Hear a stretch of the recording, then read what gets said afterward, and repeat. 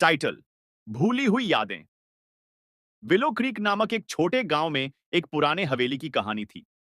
यह हवेली वर्षों से छूट गई थी। उसकी एक बार महान अंतःकरणी अब अपने चारों ओर गिरने वाली थी। स्थानीय निवासी इसके अंदर भूतों की अस्तित्व के बारे में बात करते थे।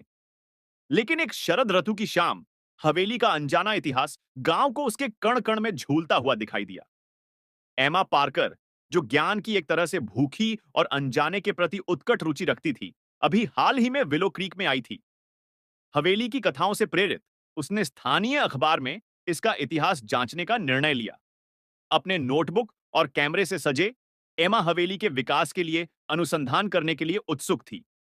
वह झाड़ियों और घास फूस से भरी भूमि में घुसपैठ करती हुई हवेली के दीर्घकालिक मार्ग में आगा हुई।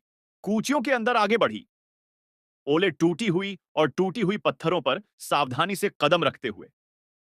हवेली के संकीर्ण स्वागत द्वार को पास करते ही एमा को उसकी पीछे की ठंडी हवा और अंधेरे में चले गए।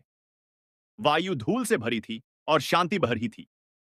एमा की पैर की गर्दन उसके खाली हॉल के माध्यम से गूंज रही थी जैसे ही वह कमरे के भीतर की ओर बढ़ी और उसमें नजर डाली।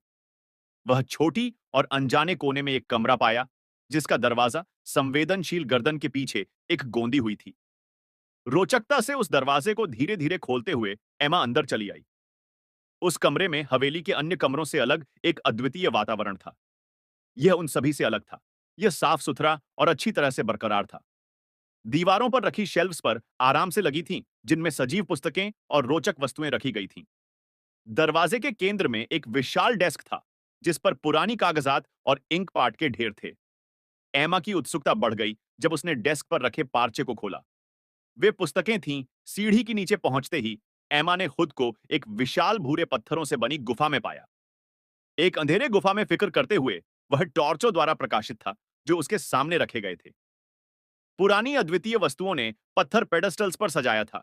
उनकी सतहों पर समय की गहराई में दबी हुई कथाएं चमक रही थीं। वस्तुओं के बीच में एमा ने कुछ ऐसा खोजा जो उसकी रीढ़ पर ठंडक छड़ी। एक धूल से भरी जर्नल, जिसकी पृष्ठों पर डॉ रीड की अंतिम लेखन थी।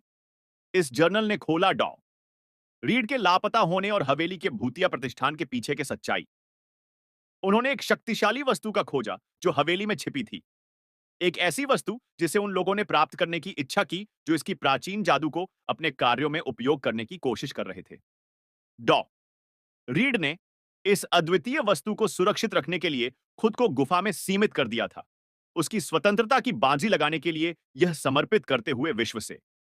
जब एमा पहेली के अंतिम टुकड़े को जोड़ रही थी, तो उसे एहसास हुआ कि हवेली का असली उद्देश्य वस्तु और उसके रहस्यों को उन गलियारों में सुरक्षित रखना था जो समय की गहराई में छिपे हुए थे। जब वह विलो क्रीक के सूरज के अस्त हो रहा था, तो एमा हवेली से बाहर आई, अपने नए ज्ञान के साथ दिमाग दौड़ने और समय के अन्य छाया में अनजाने रहस्यों के अद्भुत श्रद्धांजलि के रूप में रखते हुए। और जब वह चली गई, एक अपरिहार्य विचार में वह यह सोच सकती थी